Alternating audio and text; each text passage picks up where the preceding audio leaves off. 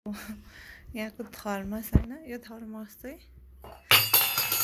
Sorry यो thermos चाहिँ अहिलेको होइन कि यो थर्मस चाहिँ म नै सानो हुँदाको थर्मस होइन। यो थर्मसको कन्डिसन हेर्नु, अहिले सबैतिर खुइलिन लागिसक्यो होइन।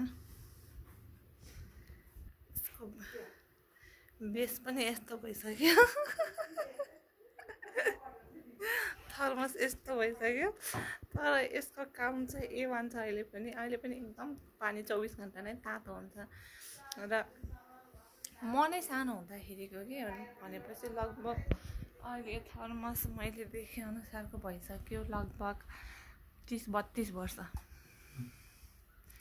30-32 वर्षको थर्मस अहिले पनि ठिक छ, राम्रो कन्डिसनमा काम गरिरहेको छ। अनि यस्तो चाहिँ अलिअलि भएको छ अब यो। अनि तल बेस पनि अब चाहिँ जान लागेको छ, फुटेछ। तर यसको पानी चाहिँ अहिले पनि तातो बस्छ। त्यति नै पर्छ। मेन यो अब यो बल्यो भन्दा पनि यसको जतन गर्ने तरिका होला कि एकचोटि खोलिदिएको त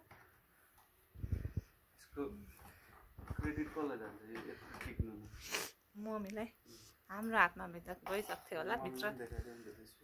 भित्र सिसा नै हो कि पानी अझै तातो छ।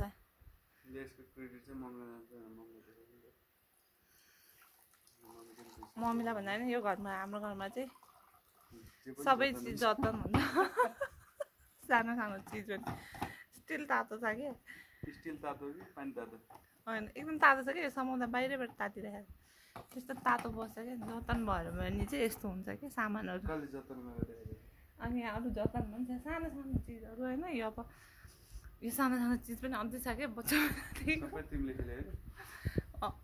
यो चाहिँ हामीले स्कुल पढ्दाखेरि अब हाम्रो पालामा त्यस्तो डल खेल्थेन होला। स्कुल पढ्दा चाहिँ साथीहरूले बर्थडेमा गिफ्ट दिन्थ्यो नि त, गिफ्ट एक्सचेन्ज हुन्थ्यो यो डलहरू यस्तो। यो सबै छ क्या अहिले।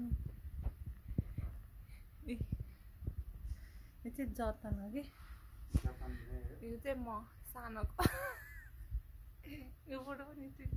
अनि यो पनि हो कि स्कुल पढ्दाखेरि यस्तो यस्तो दिने चलन थियो कि हाम्रो स्कुलमा चाहिँ बर्थडेमा। अनि साथीहरूसँग एक्सचेन्ज गर्ने होइन, साथीहरूलाई पनि दिने। अनि यहाँको स्टिकर सुधा निस्केर हुन्छ ल, 65 रुपियाँमा किनेको रहेछ। तर कति राम्रो लाग्थ्यो यस्तो चिज। अहिले पनि छ क्या यो चिजहरू होइन।